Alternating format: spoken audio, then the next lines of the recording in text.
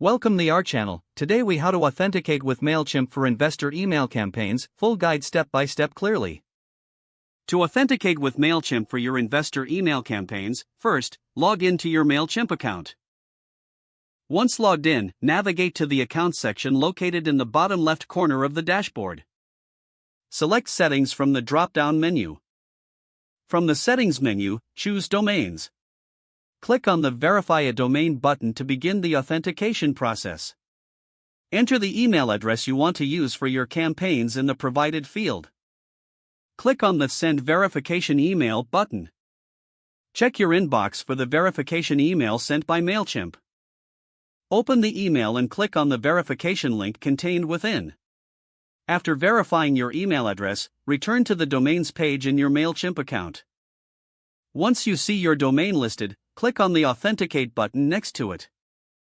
You will now be presented with DNS records that you need. Log into your domain registrar's website where your domain is hosted. Navigate to the DNS management page. Add the provided name records one by one as instructed by Mailchimp.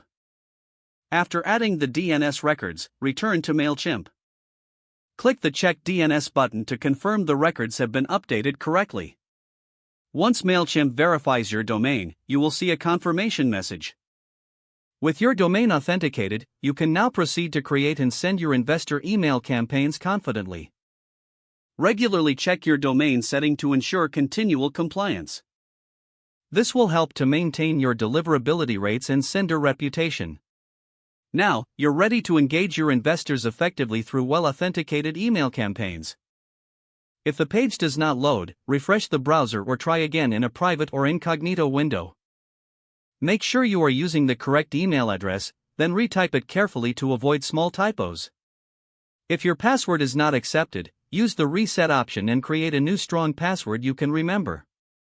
Check your spam folder for verification or security emails, then complete any requested confirmation steps.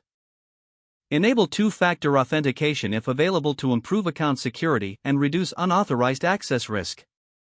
After signing in, review your profile details so your contact information and settings are accurate and current. If you see an error message, note it down and try again after restarting your device and internet connection.